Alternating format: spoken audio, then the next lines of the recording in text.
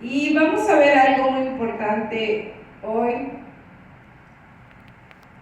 ya para finalizar. Recordemos que al principio estábamos hablando de que para poder tener una unidad congregacional también es importante tener una unidad dentro del núcleo de la familia, ¿verdad? Y dentro de esa unidad es necesario que aprendamos para poder llegar a la perfección de una unidad en cada uno de nosotros y dentro de la congregación y dentro de la familia. Tenemos que aprender a someternos, ¿verdad?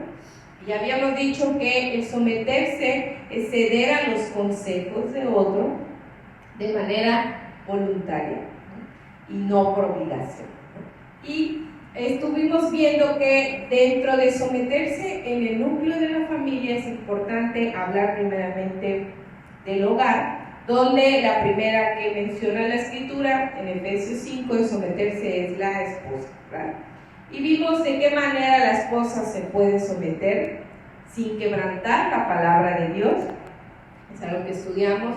Y después vimos acerca del varón, de qué manera él está sometido a su familia, ¿verdad?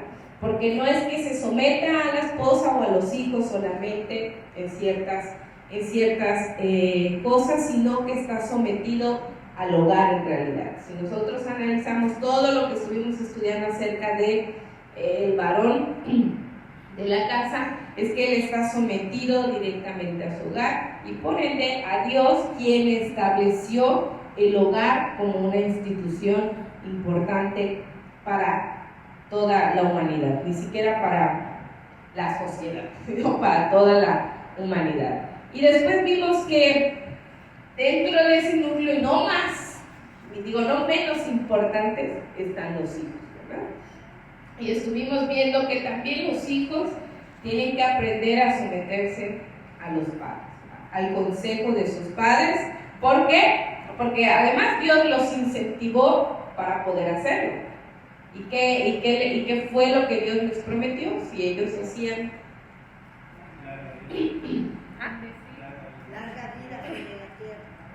larga vida, prosperarlos. ¿En qué forma? ¿Qué dice la escritura? Que les va a ir bien en la vida.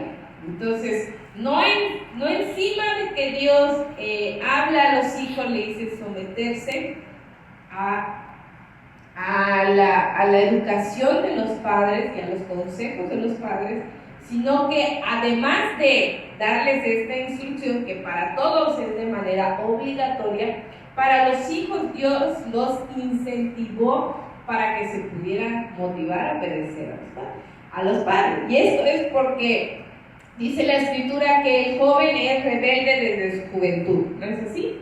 En nosotros siempre hay una rebeldía en nuestra juventud y siempre pensamos que nuestros padres al momento de disciplinarnos no nos quieren, por eso nos disciplinan. Pero esa idea viene a través de la rebeldía, en realidad. Es también forma en la que el enemigo mete ideas en nuestra mente, donde nos hace creer que la disciplina, que la educación, que la corrección a lo mejor es mala para nosotros, pero en ninguna manera es mala. Y para los jóvenes más, en ninguna manera es malo, porque lo que Dios intenta a través de sus consejos con nosotros es librarnos del peligro. Eso es lo que espera. De la misma manera, los padres tratan con la disciplina, la corrección del Señor a los hijos, tratarlos de librar del mal. ¿Entendieron, jóvenes? Como que no lo entendieron. Pero bueno, lo tienen que aceptar. Entonces, esa es parte muy importante para los jóvenes que ellos no hemos tratado, pero bueno, trataremos más adelante acerca de ellos. Y además del núcleo familiar, hay algo muy importante que estuvimos viendo que el creyente debe estar sometido, y es a la parte primordial de nuestras vidas, que es someternos a nuestro Dios, ¿verdad? Y vamos a ver en Santiago 4:7, someteos pues a Dios, resistid al diablo y huirá de vosotros. Acercaos a Dios y Él se acercará a vosotros. Pecadores, limpiad las manos, y vosotros los de doble ánimo, purificad vuestros corazones, afligíos y lamentad y orad. Vuestra risa se convierta en lloro y vuestro gozo en tristeza. Humillaos delante del Señor y Él os exaltará. Muy bien. Aquí está hablando Santiago precisamente de esta parte primordial de la vida del creyente, que es aprender a someterse a nuestro Dios. Y aquí nos está dando una serie de instrucciones de cómo el creyente empieza a someterse a Dios, que recuerden que la palabra someterse es ponerse a disposición de, o bajo de, ceder al consejo, y también es obedecer. Eso es lo que dice la Escritura. Y Santiago nos está dando esta serie de instrucciones para que nosotros podamos empezar a someternos a nuestro Dios, por si no lo estamos haciendo aún, ¿verdad? Y lo primero que nos dice en Santiago 4:7, ¿qué es lo que menciona como primer lugar Santiago? Resistir al diablo. Muy bien. ¿Y qué quiere decir eso? Que usted se va a poner a pelear con palos con el adversario. ¿Vale? Le va a machacar. Eso significa que le va a machacar la cabeza. Que le va a tirar una piedra. ¿Qué significa resistir al diablo?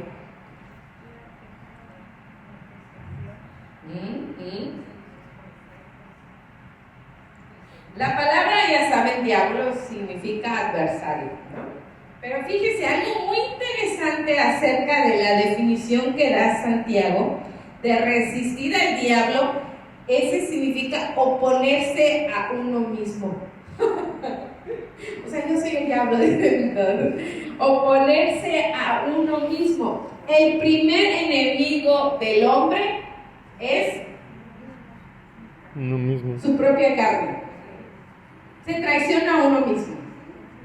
Y eso es muy fácil, si lo vemos en la vida natural, es muy fácil. Como por ejemplo cuando estás a un régimen de dieta, y a lo mejor por salud estás a una dieta, y el doctor te dice, no puedes comer esto, porque es malo para tu salud, porque tienes que cuidar, etcétera, etcétera. Y muchas veces te da la tentación. Ay, yo me quiero comer una dona, no sé, yo me quiero comer esto. No quiero comer unas empanadas fritas, ¿no? Que sabes que no te convienen, y te las comes. ¿Y qué sucede? Vamos a ponerlo de ejemplo. Es una traición a ti mismo. Porque en vez de cuidar a tu salud, porque si digamos que lo estás haciendo por salud, porque el doctor te dijo que puedes enfermar, tu colesterol puede subir, etcétera, te estás traicionando a ti mismo. Porque caes en la tentación de no hacerlo y sabes que no te conviene. Te traicionas a ti mismo. Te defraudas a ti mismo, porque el bien de la instrucción es para uno mismo, para nosotros. Entonces, cuando Santiago está diciendo para que podamos someternos a Dios, tenemos que aprender a resistirnos a nuestra propia carne, aprender a decir no en la vida. Es algo bien complejo para el hombre. Antes yo no sabía cómo decir no, porque no sabía si el decir no era correcto. Cuando, por ejemplo, empecé a dejar de comer puerco, yo llegaba a mi casa y mamá, hice frijol con puerco. Y yo no sabía cómo decirle no, gracias, no voy a poder, no sabía cómo decirlo, ¿no? Y decía, ay, ni modo, me lo tengo que comer, ¿no? No me quedaba de otra, decía yo, y ahí un poquitito minúsculo. No sabía cómo decir no. No sabía que el no era tan difícil de practicar. No es algo que se aprende de la noche a la mañana, no es algo. Hay quienes sí tienen tanta fuerza de voluntad, y los admiro mucho, que dicen no. Y eso me sorprende tanto que por ejemplo, yo me sorprendo de Shane, siempre estoy así como que, ay, esa Shane. Ella sí que sabe decir no, porque hasta los niños, no y no y no. Y uno así todavía dice, no podrá ser sí, no, definitivamente no. Y es algo difícil para el creyente que se adquiere con la práctica de los mandamientos. Es una práctica, mis hermanos. Decir no a la carne siempre es un poco difícil porque está la lucha en nosotros. Pablo decía que él luchaba, que sus miembros, y él luchaba dentro de sí mismo, porque el primer adversario que encontramos en nuestra vida somos nosotros. Somos nosotros quienes decidimos acercarnos a Dios o alejarnos de Él. Nadie más lo puede decidir por usted. Usted es el que toma esa decisión. O sigo a Dios, o me detengo aquí, o busco sus mandamientos, o no lo hago. Es usted. Entonces la Escritura nos dice, para que puedas someterte a Dios, tienes que aprender a someterte a ti mismo, a tus propios deseos. Aprender a decir no a ti. No a esto, no a lo otro, no a lo que me daña, hermanos. Mucha gente cree que porque los mandamientos dicen no haga eso, ay, qué malo y qué perverso. Porque, ¿para qué? Sí, pero si los mandamientos lo dicen para el bien de nosotros mismos. Y sobre todo cuando hablamos del comer es muy fácil poner ejemplos. Entonces, la primera resistencia a someternos a Dios que encontramos es nuestra propia carne. De hecho, Santiago habla de esto y dice, ¿de dónde vienen las guerras y los pleitos y todo? De nuestros miembros que combaten dentro de nosotros. Es lo que está diciendo Santiago. De hecho, Santiago así empieza. ¿De dónde vienen las guerras, los pleitos y todo? De nosotros mismos, hermanos. Nosotros no podemos encontrar segundos culpables. Es muy bonito tener a quien culpar, ¿verdad?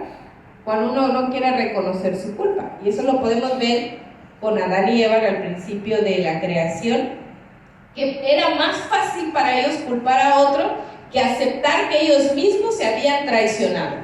Era muy fácil, ¿no? Porque uno dijo, la mujer que tú me diste, o sea, hasta Dios le echó la culpa. La mujer esa que tú me diste, que tú creaste, que tú formaste, casi diciendo que tú fuiste, Señor, que tuviste la culpa. ¿Para qué me diste esa mujer? ¿No? Y luego la mujer, pues la serpiente que tú creaste, Dios, que pusiste aquí entonces como la serpiente ya no tenía quien echarle la culpa, pues ya no pudo ser nada más, ¿verdad?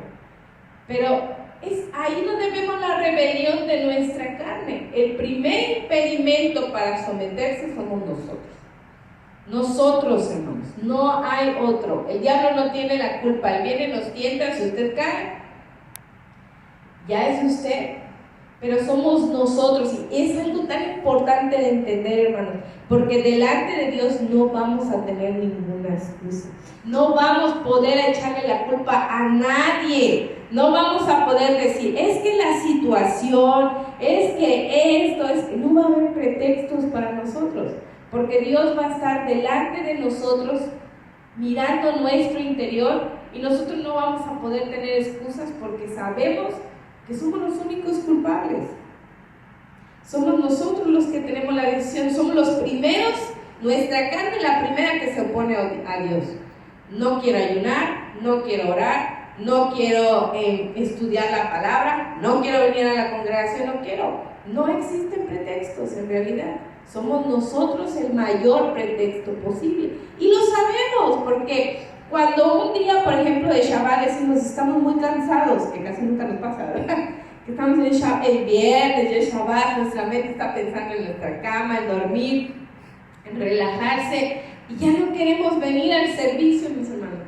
Yo me acuerdo, no crean que no nos pasa por la mente no venir, ¿no? Podemos inventar miles es más, nuestra mente empieza a sacar la lista de pretextos que se explotó mi queso, se murió esto, se hizo, no, o sea, es una lista, ¿no?, gigantesca de todos los pretextos que podríamos poner para no venir a Shabbat, por ejemplo. ¿Pero qué?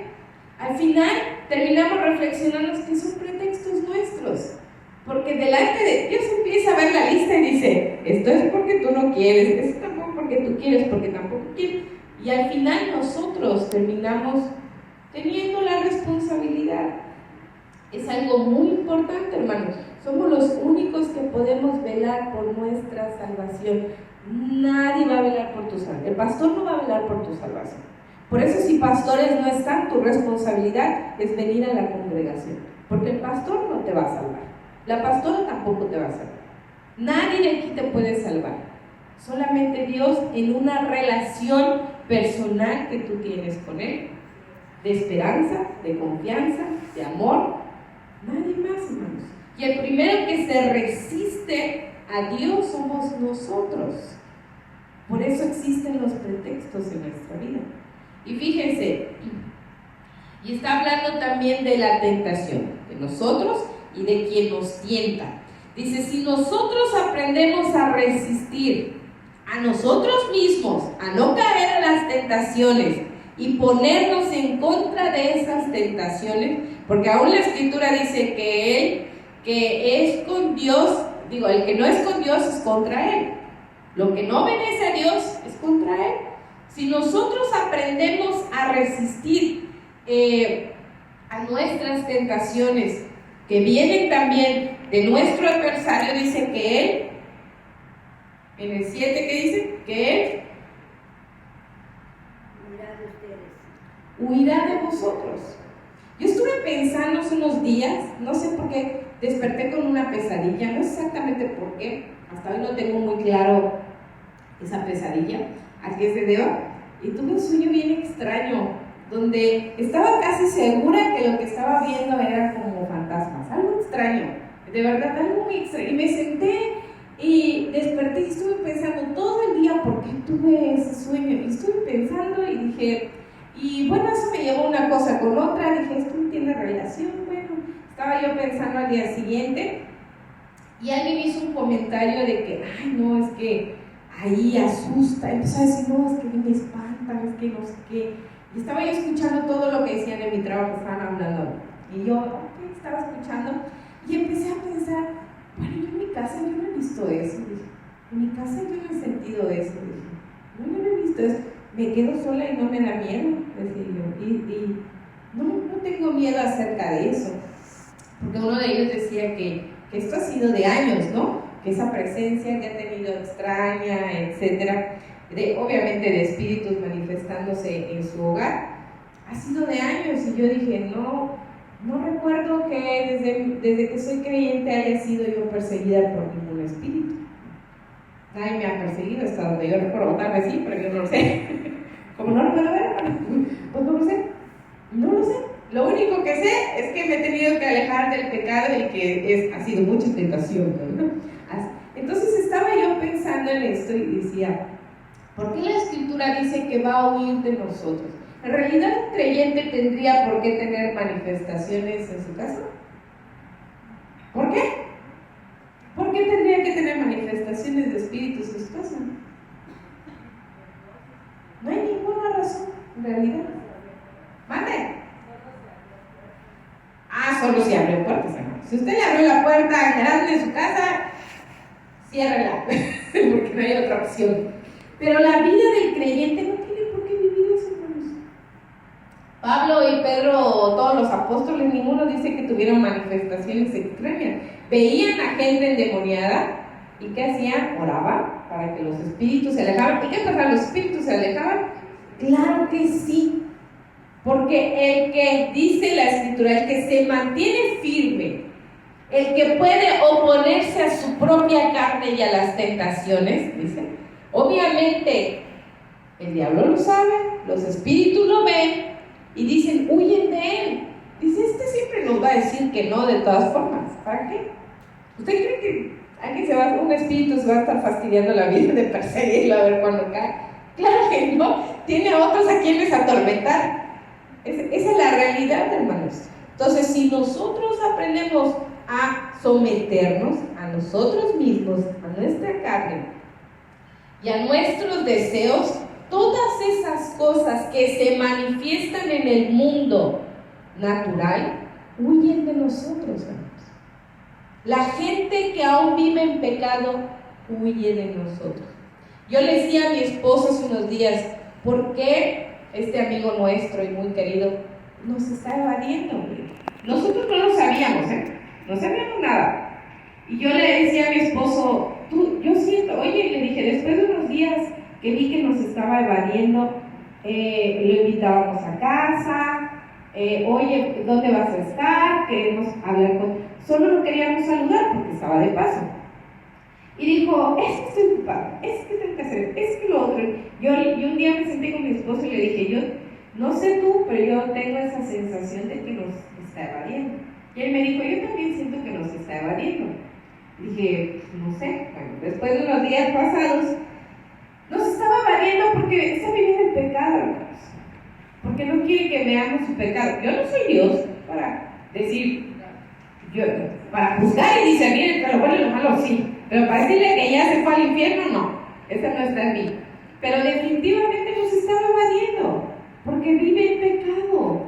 Y yo no lo había entendido hasta que llegó alguien y me dijo, yo le pregunté, oye, ¿no has visto? Porque siento que nos está... Pues me dice, ¿cómo no te va a evadir? Porque vive así vive su sí, así, y así. Yo, wow, dije, qué tremenda vida. Dije, de hipocresía, con razón nos está evadiendo. Y no era broma, hermanos. Estoy sentado frente a la persona hablando y se va. Dice, dame un momento. O sea, ni siquiera he cruzado 3 palabras y ya digo, ¿por qué me está evadiendo? Y no es porque, no vino la hermana al ministro. No por eso, hermanos. Porque cuando usted se está esforzando a vivir en santidad, y usted es firme en la santidad y en los mandamientos, créanme que las tinieblas no tienen comunión en nada con nosotros. A veces nos reímos entre ellos y decimos que pobres los niños van a crecer solo entre ellos, decimos muchas veces. Porque, hermanos, la realidad, la palabra nos dice que la luz no tiene comunión con las tinieblas. Y ninguna comunión, ni él ni yo nos sentimos cómodos juntos. No nos sentimos cómodos juntos. Y eso es lo que pasa. Lo mismo sucede cuando dice que el mismo adversario va a huir de nosotros. Porque no tenemos una relación ni tenemos un acuerdo común entre ninguno. Él está opuesto a mí y yo estoy opuesta a él. Yo no acepto la forma de vivir y tampoco él acepta como yo vivo porque no se sujeta a Dios. Es lo mismo. Entonces, por eso dice la Escritura que cuando nosotros resistimos a esos deseos y tentaciones, todo lo demás huye de nosotros. Porque Dios no tiene comunión entre las tinieblas y Dios. No hay ninguna concordancia con Él. Y eso nos enseña a que es importante vivir. Fíjese, después de que dice esto la Escritura, dice Santiago, acercaos a Dios. Y Él se acercará a vosotros. Sí, dígame, hermano.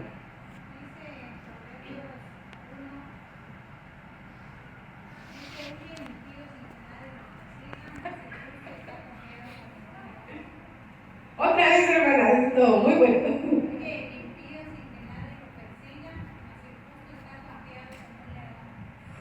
Huye el impío sin que nadie lo persiga. Créeme que los espíritus y todo lo que pueda creer el impío que lo persiguen y lo atormentan no son nada delante de Dios. No son nada. Y dice, huye el impío sin que nada lo persiga. Pero el creyente está confiado como un león. ¿Cómo está un león? Pasea como si nada. Hace su vida como si nada. Como si, no sabes que, por ejemplo, los que me decían mis compañeros, no sabes que por aquí es pántano esto, y yo, no sé, no tengo la menor idea, no tengo la menor idea. Yo camino hacia allá, hacia acá, y no he visto nada. ¿No has ido al baño sola? Pues al baño voy sola, digo, pues ¿cómo? Digo, no me atormentes, dije, yo no tengo nada que temer, yo voy sola ahí, le dije. Es más, llego a la oficina y a veces no hay nadie, parece que se van a robar algo aquí, digo, no hay nadie, literal no hay nadie en la oficina, y es tan grande, que cualquiera tendría miedo, pero que le roben algo, porque no hay nadie, hermanos. Entonces, la Escritura nos está diciendo que para poder someternos, primero tenemos que aprender a someternos a nosotros mismos, o sea, a oponernos más bien a nosotros mismos, a los deseos de nuestra carne, para que todo lo demás se aleje de nosotros. Porque todas las tentaciones van a venir. Y créanme, cuando usted empieza a caminar en rectitud, hay ciertos amigos, amistades que van a desaparecer de su vida. Yo ayer porque tardé en entrar en Facebook a ver quién me había felicitado por mi cumpleaños. Y el año pasado, hasta el año pasado, por lo menos algunos se acordaban de mí, ¿no? De que, Dios. Y esta vez nada. Dije, nada, se acordó de mí. Y dije, ¿qué les habré hecho? Dije, creo que fueron demasiadas las publicaciones de la página de la iglesia. Dije, ahora nadie me quiere hablar. Ahora nadie me quiere hablar, yo creo, ni siquiera por cortesía. Dije, ay, elimíneme, no pasa nada. Decir, entonces, ¿qué pasa? Que aún todo lo que es en la oscuridad se aleja de nosotros. Y dice la Escritura, entonces nosotros tenemos que acercarnos a Dios para que Él se acerque a nosotros. Una regla importante para los que creen en nuestro Mesías y los que no, los que escuchan en la página, es que todos creen que Dios está en todos lados, y es cierto, Dios es poderoso, es omnipresente, omnipotente, y Él está en todas partes. Sin embargo, Él se acerca solamente a los que se acercan a Él. Porque para poder acercarte a Dios hay una condición, miren, fíjense. Dice, pecadores, dice, ahora que te has acercado, porque todos somos pecadores, dice, limpiar las manos. Porque el que se acerca a Dios tiene que aprender a limpiarse de sus impurezas y sus pecados. Pero ¿cómo lo vas a hacer si no logras oponerte a ti mismo y a tus tentaciones? Es difícil. Entonces, si no cruzas el primer paso, va a ser muy difícil que llegues al tercero. Porque tienes que aprender a dejar de un lado el pecado y todos los deseos que se oponen en contra de Dios. Créeme que hay cosas que uno quisiera hacer en el mundo y practicar. Y tan bonito que se ve. Yo entré ayer a la tienda y está repleto de adornos de navideños. Y yo dije, pues, ¿dónde estoy? ¿En qué tiempo estoy? Estamos en octubre. Dije, ¿qué pasa? Y uno ve las esferas tan bonitas, que las luces.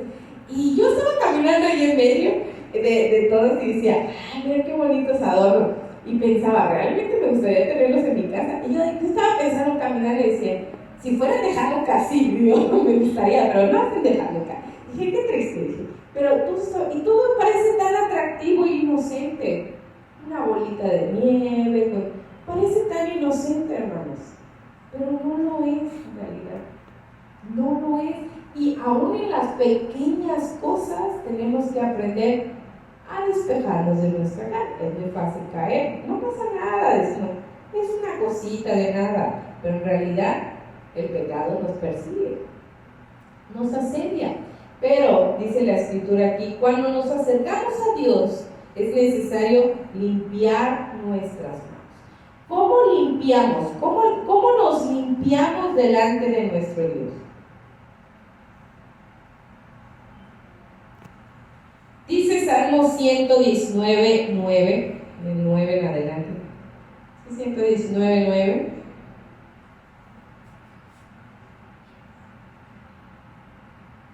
Sí.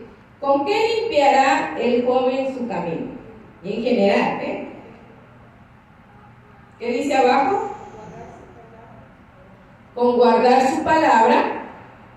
Con todo mi corazón te he buscado, buscarlo con todo su corazón. ¿Y qué más dice? No me dejes desviarme de tus mandamientos. Y no dejarse desviar de los mandamientos.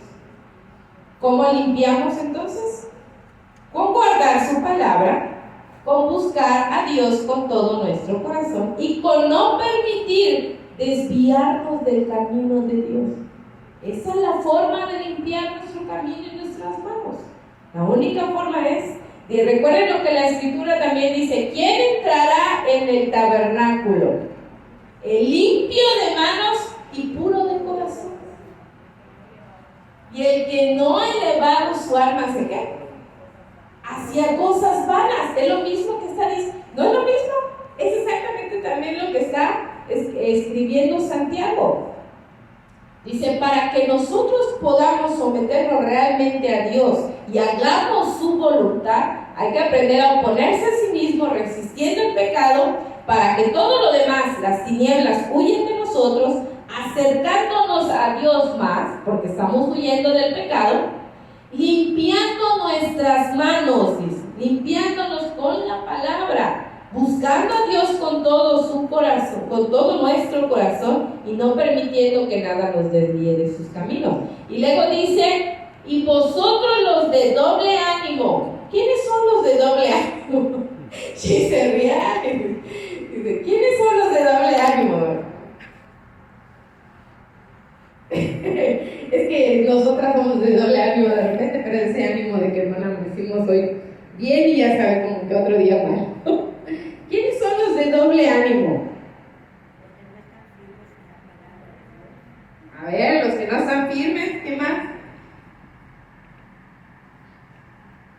Fíjese, esa palabra de doble ánimo dice de dos espíritus. Ay, qué feo suena. De dos opiniones o vacilante. Quiere decir que en nosotros sigue habiendo una lucha muy fuerte entre dos opiniones. ¿Hago la voluntad de Dios o no hago la voluntad de Dios? ¿Sigo estos mandamientos o no los sigo? Esto está hablando Santiago de que cuando nosotros ya empezamos a caminar, empezamos a limpiar nuestras manos, viviendo, buscando a Dios con todo nuestro corazón, guardando su palabra, no permitiendo, va a llegar en nosotros un momento donde nuestra carne nuevamente se va a querer revelar y va a querer decir, ¿qué tal? Tardé mucho tiempo en venir, pero ya estoy aquí, ¿qué hacemos? ¿Cómo pecamos hoy?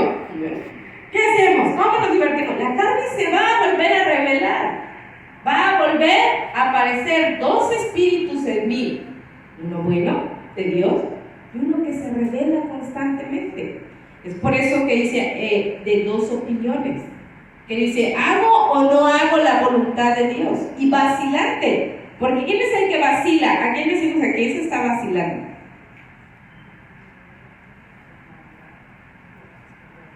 Como que tiene deseos, pero como que no se concretan sus deseos, ¿verdad?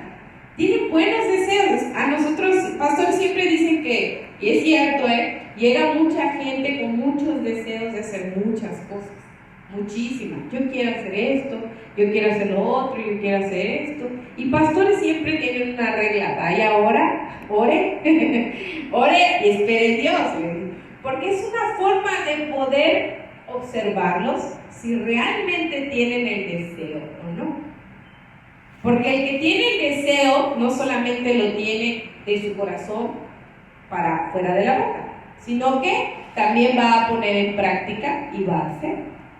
Alguien vacilante, mi hermano, es alguien como que sí, un día sí, otro día no. O alguien como, por ejemplo, muy emocional que llega y un día, hermano Dorval, le va a recordar, voy a predicar a todas las naciones, dice, voy a todos lados, y pues no, ahí quedó la historia, ¿verdad? Porque nuestra carne siempre hay un momento en el cual se quiere rebelar en contra de Dios, pero va a depender de nosotros si podemos someternos o no a esa decisión. Eso es algo primordial para la sobrevivencia del creyente, hermano. Aprender a decir no y aprender a someterse son prácticas muy difíciles para el creyente. Y luego dice, fíjense, esos de doble ánimo, que están vacilantes, de dos opiniones o dos espíritus dentro de sí, ¿qué deben de ser? Según aquí, según Santiago, purificar sus corazones. ¿Cómo purifica sus corazones?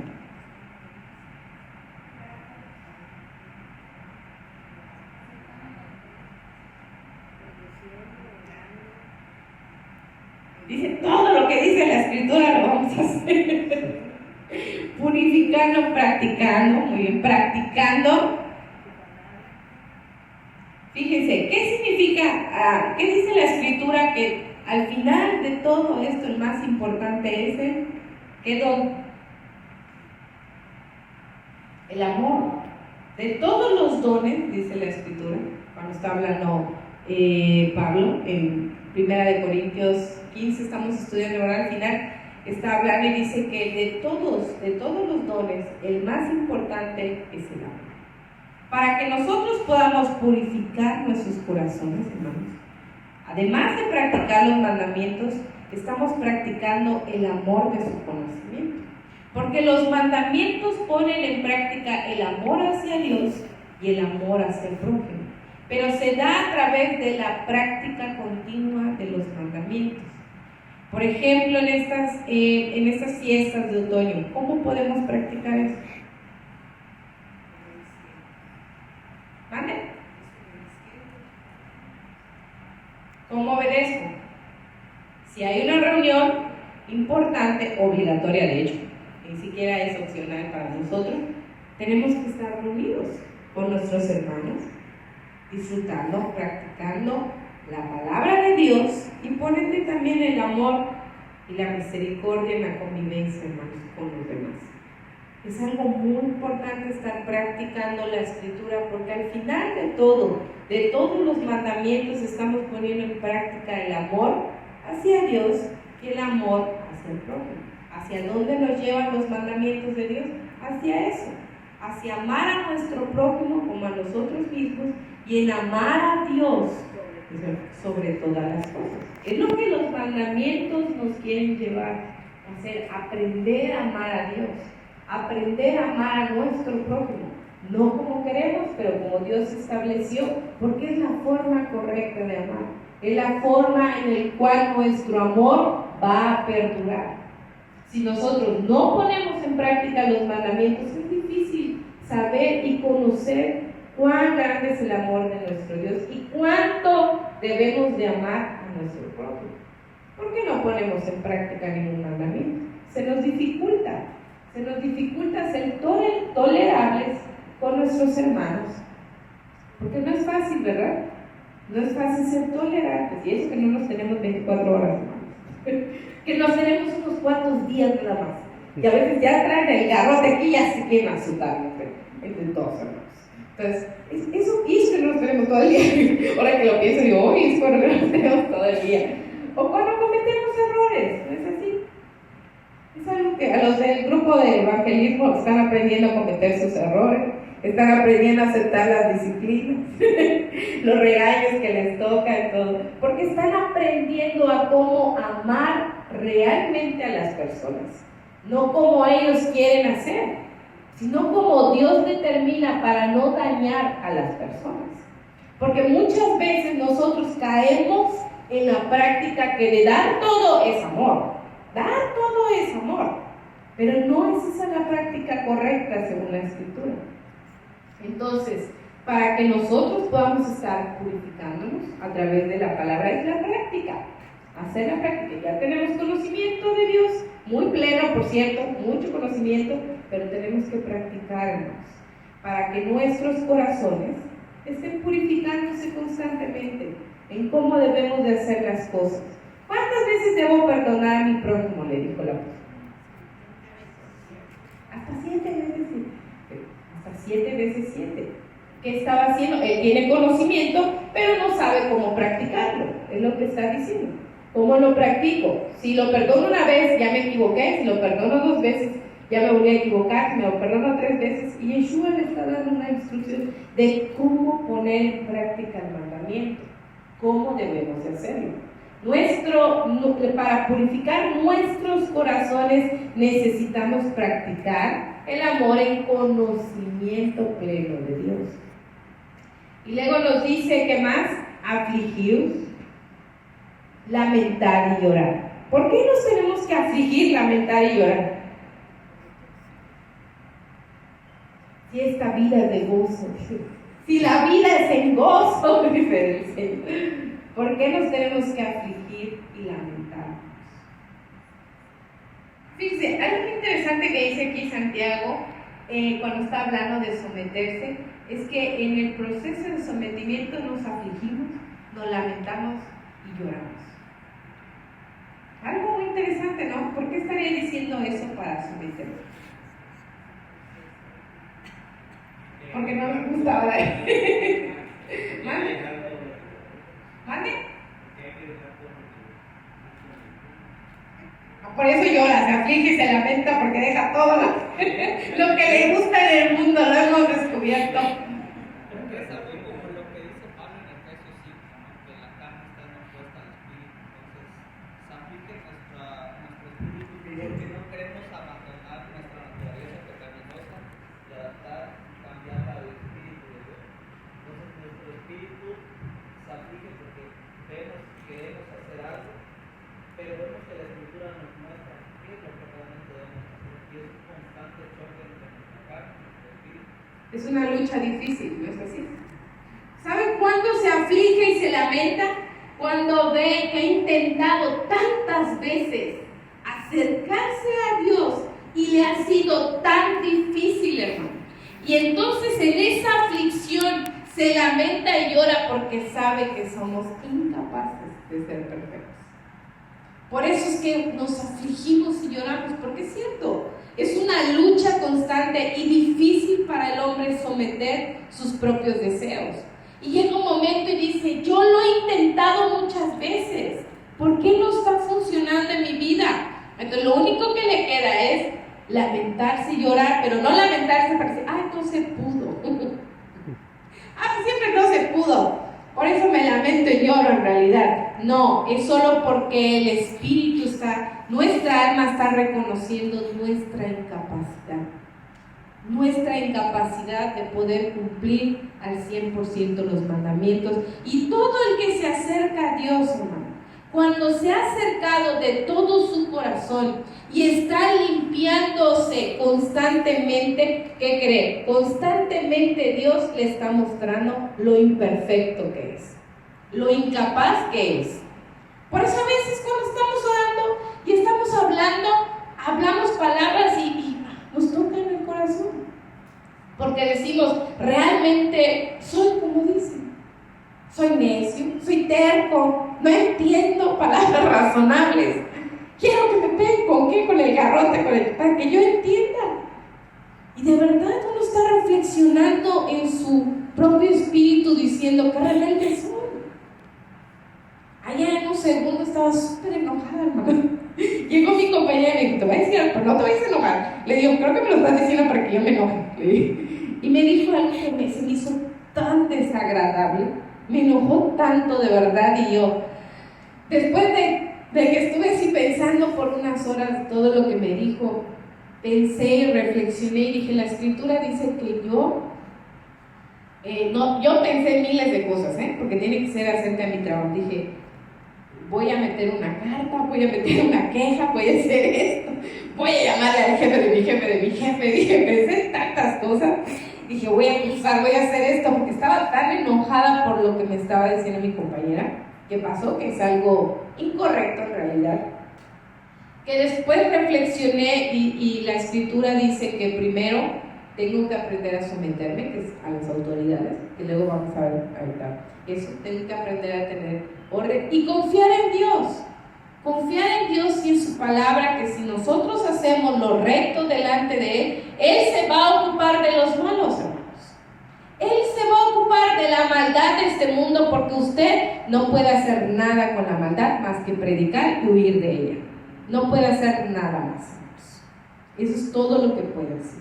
Entonces, nos afligimos, nos lamentamos y lloramos, cuando vemos la gran incapacidad de nuestra vida de poder someterse a la voluntad de nuestro Dios. Es bien complicado para el hombre, mis hermanos. Y luego dice, vuestra risa se convierta en lloro y vuestro gozo en tristeza. ¿Qué realidad nos está haciendo? De hecho, en estamos acercando Yom Kippur, ¿no? Para que recuerden. Lamentaos y llorar, porque Yom Kippur es día de arrepentimiento para nosotros. Hay un día en el año en el que Dios nos recuerda cuánto nos tenemos que arrepentir, porque va a llegar un día en el que si no lo hemos hecho, hermanos, pobrecito de nosotros, no vamos a tener cabida en el reino de los cielos. Y luego dice en el 10, humillaos delante del Señor y Él os exaltará. Después de todo este proceso, al final, ¿cuál es el objetivo de Dios para que nosotros nos sometamos? ¿Para que nos gobierne con un látigo? ¿Para que ande mostrando su poder? Yo soy más grande que tú y tú eres más pequeño. ¿No? Para poder exaltarnos delante de Él. El fin, el objetivo, hasta como lo decíamos en el matrimonio, para el varón, el fin de que él pueda someterse a su hogar, el fin de que pueda amar a su esposa, amar a sus hijos, instruirlos, es para sí mismo. El fin de que nosotros nos sometamos a Dios es para que Él nos exalte a nosotros. Entonces, al final, ¿el beneficio para quién es? Para nosotros. Porque Dios no nos necesita en ninguna manera. Él es autosuficiente y tiene más con Él y con su gloria que con nosotros juntos. Esa es la realidad. Porque Él nos creó, pero Él nos ama tanto, mis hermanos, que al final la voluntad de Dios para que podamos ceder voluntariamente a sus mandamientos es poder exaltarnos. Dice, y antes de eso tenemos que aprender a humillarnos. Humillarse es una palabra que significa tener una opinión modesta de uno mismo. No soy más, no soy menos, pero no solo eso.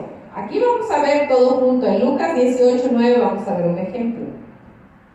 Dice Lucas 18:9, dice, a unos que confiaban en sí mismos como justos y menospreciaban a los otros, dijo también esta parábola. Dice, dos hombres subieron al templo a orar, uno era fariseo y el otro publicano.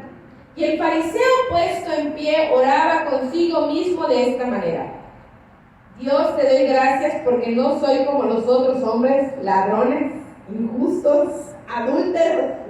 Dice, ni aún como este publicano. Ayuno 2 veces a la semana, doy diezmos de todo lo que gano. Mas el publicano, estando lejos, no quería ni aún alzar los ojos al cielo, sino que se golpeaba el pecho diciendo: Dios, sé propicio a mí, ¿qué decía? Pecador. Dice, os digo que este descendió a su casa justificado antes que el otro, porque cualquiera que se enaltece será humillado, y el que se humilla será enaltecido. El que tiene una opinión modesta de sí mismo, mis hermanos, delante de Dios ya está exaltado. Y no solamente hablando, diciendo a los demás, yo soy más santo que usted, o porque vengo a la congregación. La santidad no radica en cuántas veces va a practicar algo, sino en cuáles son las intenciones por las cuales lo va a practicar. Eso es algo importante. ¿Por qué practicamos las fiestas, hermanos? No es con una práctica que nada más está ahí, sino con la esperanza en nuestro corazón de que Dios nos está instruyendo para la vida futura. Cuando estamos practicando, estamos teniendo esa esperanza de que Dios nos muestre y nos enseñe cómo debemos vivir esta vida que parece invisible para todos, para que nos las haga visibles. Por eso practicar es la forma de poder acercarse más a Dios, porque es la única forma en que nos va a mostrar qué es la vida espiritual, hermano. No es solo un domingo, no es solo un Shabbat, no solo es un miércoles de estudio. Es algo más allá. Fíjense, el fariseo hacía todo. Diezmaba, oraba, ayunaba, se presentaba al templo, hacía todo, pero con otras intenciones, para aparentar lo que no era. Y el publicano estaba ahí tratando de hacer todo lo mismo que él, pero la intención de su corazón era primero reconocer que él necesitaba a Dios, porque era un pecador. Nosotros venimos a la congregación ¿con qué objetivo? ¿Porque ya somos salvos? No, porque necesitamos acercarnos a Dios cada día más. Por eso la congregación no se acaba, los servicios no terminan, porque nosotros seguimos pecando, ¿no? Si no estuviéramos pecando, estaríamos en el cielo, ya como dice el día. Bueno, el reino milenio mejor. El reino, ¿ya para qué? Pero esto se sigue practicando porque nosotros seguimos pecando, porque no entendemos la vida espiritual. Y aún Pablo hablaba de esto, como dice el hermano Eduardo, que nuestros miembros luchan constantemente hasta que por fin, dice Pablo, se pueda revelar en nosotros el hombre espiritual. Y eso va a ser en el reino de Dios. Entonces no dejamos de practicar. Es muy importante seguir caminando, hermanos. Y someterse a Dios, como ven, no es como a lo mejor un panorama más de que voy a ceder a los deseos de nuestro Dios. Es algo más en una relación con Él, el aprendernos a someter. Es donde Él nos está mostrando cuán pecadores somos, cuánta necesidad tenemos de acercarnos a Él para dejar nuestras malas prácticas, porque Dios nos está viendo, hermanos. Dios está analizando nuestra vida, porque mire, al publicano y al fariseo, Dios los estaba viendo. Dice aquí que al final Yeshua les dijo, el publicano se fue más justificado. ¿Por qué? Porque Dios lo estaba viendo. Dios está observando su vida. Entonces, someterse a Dios, mis hermanos, no es una mentalidad, muchos creen, sobre todo los que no conocen la palabra de Dios, que es una mentalidad de una tiranía. En realidad solamente es un simple y pequeño proceso que Dios espera que pasemos para que podamos ser obedientes y fieles. ¿Cómo? Oponiéndonos primero a nosotros mismos, a nuestra carne, a nuestros deseos. No quiero ir, no quiero venir, no quiero ayudar, no quiero estudiar, a todo lo que sea en contra de Dios, acercándonos más a Él. ¿A través de qué? Limpiando nuestras manos, como dice, de pecado, nuestros corazones, si somos de doble ánimo, si nuestra carne se está rebelando, afligiéndonos, sabiendo, reconocemos nuestra debilidad, reconocemos que no podemos estar siempre constantes porque somos carne, pero eso no es una justificación, hermano, que para poder decir, bueno, es que soy pecador porque mi carne se revela. Pero por eso dice la Escritura, pues póngale un bozal, agárreselo muy bien para que no esté ahí pecando. Usted tiene la libertad para decir no, eso es lo que nos dice la Escritura. Y luego nos dice humillados delante de Dios, tener una opinión modesta de nosotros, es seguir siempre reconociendo que somos lo que somos, hermanos, pecadores. Que no estamos libres de este pecado, de esta carne pecaminosa, hasta no resucitar con nuestro Mesías. Entonces, vamos a ver algo importante, por último, en 1 Corintios 15, 24.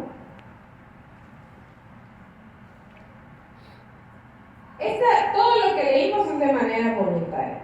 Voluntariamente, acérquese a Dios, deje el pecado, camine los mandamientos, porque dice 1 Corintios 15, 24, que ya les había mencionado al principio. Luego, el fin. Cuando entregue el reino de Dios y Padre, cuando haya suprimido todo dominio, toda autoridad y todo poder, algo muy interesante, porque preciso es que Él reine hasta que haya puesto a todos sus enemigos debajo de sus pies. Y el postrer enemigo que será destruido en la muerte, porque todas las cosas las sujetó debajo de sus pies. Y cuando dice que todas las cosas han sido sujetas a Él, claramente se exceptúa aquel que sujetó a Él todas las cosas. Pero luego de que todas las cosas le estén sujetas, también el Hijo mismo se sujetará al que sujetó todas las cosas, para que Dios sea todo en todos. Algo muy importante de ver, el hecho de que sea voluntario ahora someternos a Dios es algo pasajero, porque la Escritura dice que el Mesías, aquí está hablando del Mesías en 1 Corintios 15, 24, Él va a someter y suprimir. Fíjense, suprimir, ¿qué es? Eliminar todo, fíjense, todo dominio, toda autoridad y todo poder. Por si, dice, les quedaba ahí alguno que quería vivir libremente para toda la eternidad. No va a ser posible. La manera de someter ahorita a la que Dios nos incita es voluntaria. Cedan a los consejos míos para que viva su alma, pero hay un momento en el cual de nuestra vida que no vamos a poder omitir los deseos de Dios. Y es cuando Él entrega el reino al Mesías, y el Mesías le va a quitar todo dominio a este mundo y a nuestra carne también. Todo dominio. Ya no va a haber ricos ni va a haber pobres, ya no va a haber presidentes que dominen y digan soy el presidente de este país. Entonces, Dios va a suprimir todo dominio, dice, todo reino, toda autoridad y todo poder, porque la única autoridad que va a existir es la de Dios. Ahora es voluntario. Por si alguno creía que se iba a escapar de hacer la voluntad de Dios, pues no va a pasar. Eso no va a pasar. Ahora tenemos libertad para hacerlo, pero va a llegar un momento en que no va a ser opcional. Y eso es por si alguno de nosotros, en nuestro corazoncito, teníamos una esperanza de que nos podíamos revelar para toda la vida. No va a pasar. Eso no va a suceder. Por eso mejor hagámoslo de manera voluntaria, hermano. ¿Por qué vamos a esperar a que Dios saque el látigo y entonces sí diga, lo que no quería saber? ¿Para qué vamos a esperar? No tenemos por qué esperar. Y por último les quería dejar esto que no vamos a ver completo, solamente vamos a leer una porción, algo muy importante para testimonio de la unidad de la congregación. Dice, la escritura dice algo importante en Romanos 13 o Primera de Pedro también habla de ello. Vamos a leer Primera de Pedro 2, 13, 14, dice, someteos pues por causa del Señor a toda institución humana, ya sea rey como autoridad o a los gobernantes, como enviados por Él para castigo de los malhechores y alabanza de los que hacen el bien. Y Romanos 13 dice, sométase toda persona a las autoridades superiores, porque no hay autoridad sino de parte de Dios, y las que hay por Dios han sido establecidas, dice, de modo que quien se opone a la autoridad, a lo establecido por Dios, resiste. Los que resisten acarrean condenación para sí mismos. Porque los magistrados no están para infundir el temor al que hace el bien, sino al malo. ¿Quieres pues no temer a la autoridad? Haz lo bueno y tendrás alabanza de ella, porque es servidor de Dios para tu bien. Pero si haces lo malo, teme, porque no en vano lleva la espada, pues es servidor de Dios, vengador para castigar al que hace lo malo. Algo importante en el testimonio de los creyentes es que tenemos que aprender a someternos a las autoridades. Eso es muy importante. Eso quiere decir que tenemos que aprender a respetar las leyes. Y algo de entender es que Dios no puso corrupción, ni estableció leyes para que nosotros las torzamos. Porque en nuestro país hay un gran problema con el sujetarse a la autoridad, y es la corrupción, ¿es decir? La corrupción que hay dentro del sistema.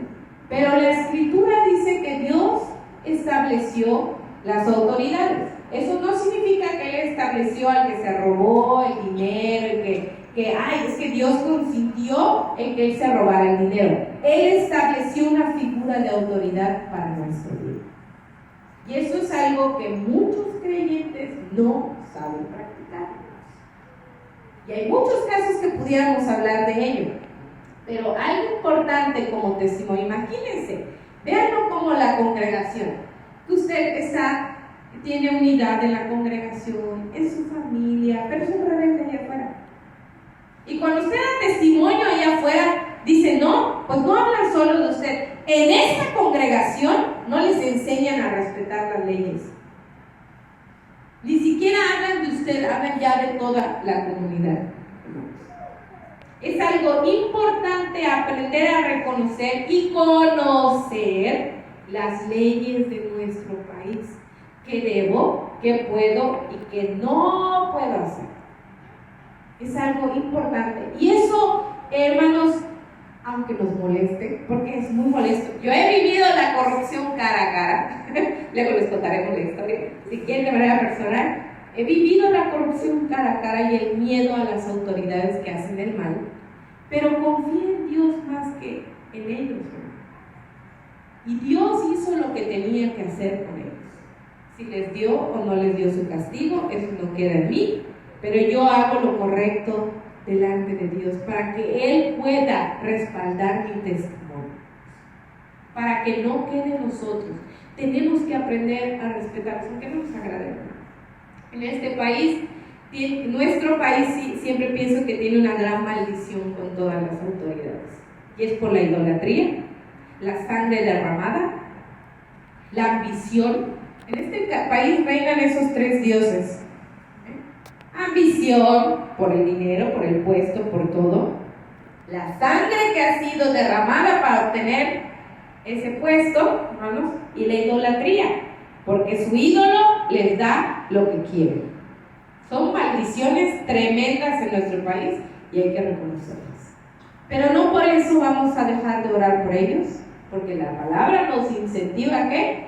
Orar por vuestras autoridades y por todos los que están en eminencia, porque pobrecitos de ellos, pobrecitos de los que tienen sus cargos, pero nosotros tenemos que aprender a someternos, dice aquí, a lo, ya sea rey o autoridad. Y fíjese, al final de Romanos 13 que estamos leyendo en el 7, dice: pagad a todos los que debéis, al tributo, tributo, al que impuesto, impuesto, al que respeto, respeto, al que honra, honra.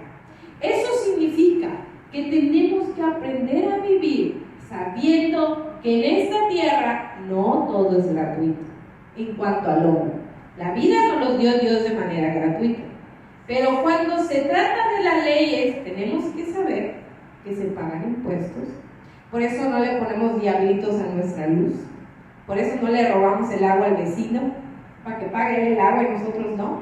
Por eso pagamos nuestros impuestos y nos atenemos a la ley, para que cuando nuestro testimonio sea expuesto afuera, no hablen mal de la congregación ni de Dios por él.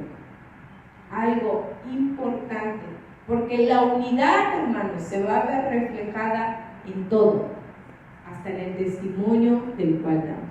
Yo, cuando llegué a la congregación nuevamente, se me hacía que los pastores eran demasiado exagerados. Y por el pastor, saludos pastor, lo queremos mucho. De verdad, les juro que cuando yo tenía una mentalidad tan, no corrupta de que, voy a pagar, pero no, yo sabía que en México no se pueden hacer las cosas legalmente, ¿no? Vamos a decirlo así. Y yo me sofocaba eso con los pastores, es que tenemos que pagar esto y antes de esto tenemos que hacer eso. Yo decía, no, pastor, le decía, porque eso, luego ni no lo respetan, así que, ¿cuánto me costó entender esto, hermano? No saben lo difícil que fue para mí aceptar que hay leyes que tengo que seguir aunque no me gusten.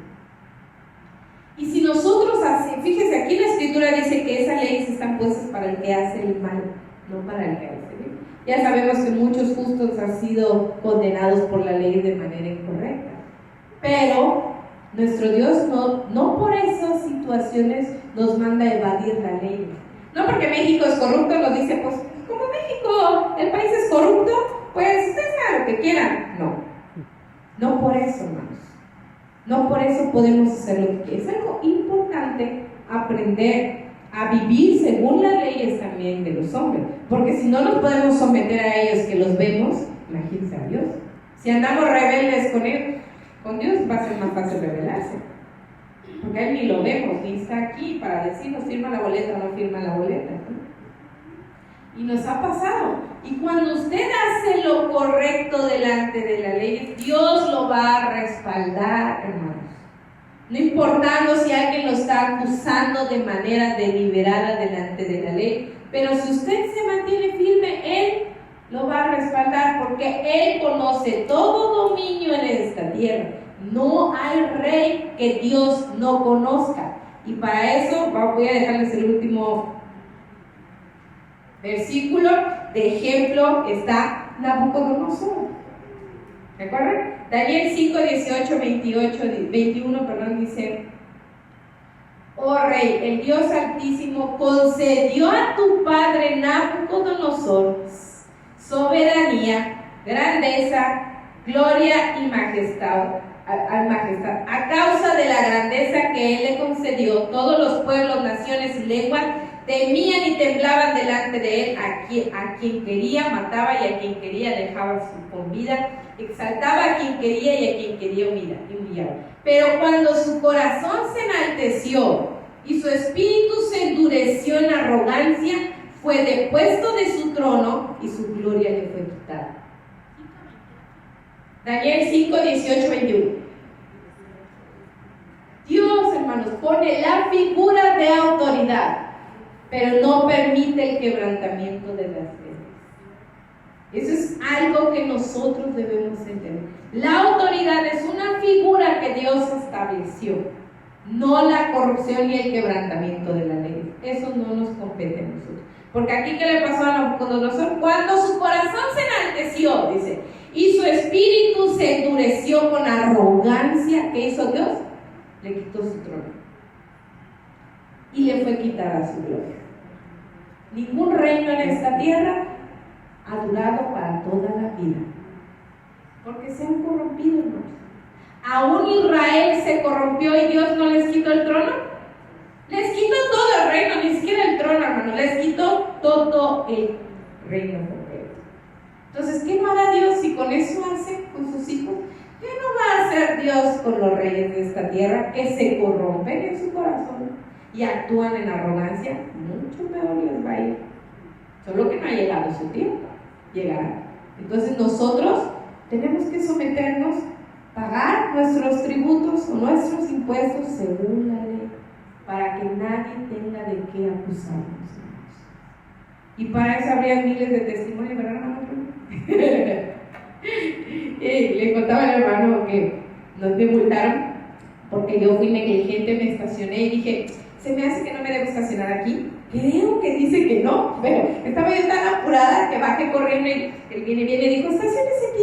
Bueno, me estacioné y fui corriendo y de repente me habla mi esposo y me dice, oye, me empezó a decir, tienes que venir corriendo, nos van a multar. Y yo, por Dios, dije, no puede ser. Salí corriendo y veo y dice, ¿vas a estar? Ahí, deténgase para el autobús.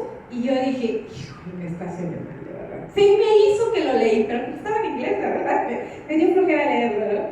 Y ya llegué y ya mi esposo estaba diciendo con el tránsito, dice, es que no te puedo quitar la placa porque traes un tornillo, no sé qué, empezó a hablar ahí, y yo pues, agarré, saqué mis cosas, agarré mi licencia y le dije, disculpe oficial, fue mi culpa, le dijo.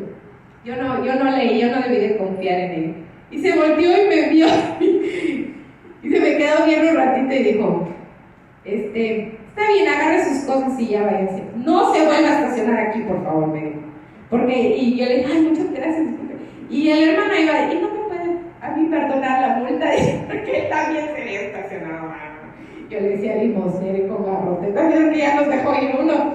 Y dice, no, le dijo el oficial, porque yo hice lo correcto, estoy haciendo mi trabajo, dijo. Y el que había otra persona ahí que estaba tan enojada con el oficial, porque lo había multado, porque le dijo que no se podía estacionar, que lo grabó, que hizo su berrinche, que le llamó quién sabe acá a la prensa. Y yo dije, ¿para qué? Si es la verdad, era nuestra culpa, estamos en un lugar incorrecto. Simplemente era aceptar nuestra multa y ya. Y el oficial ya me había asustado, él me dijo, te va a costar 3,000 pesos porque te estacionaste mal. Y yo dije, santo Dios, no voy a poder hacer nada. Al final, obviamente no perdono a mi esposo porque, hermano, no hay que ser con limosnero y con garrote. A uno multó y a uno no. Pero digo, qué misericordia de Dios. No nos queda de otra, hermanos, que cuando hacemos lo malo, reconocer que vencimos y dejar que pase. Créeme que en este país las autoridades no están acostumbradas a que las personas digan, es cierto, me equivoqué, rompí la ley. Es algo que no están acostumbrados. Hermanos, es algo que nosotros tenemos que poner en práctica. Nos gustaría seguir hablando de eso, pero ya terminamos.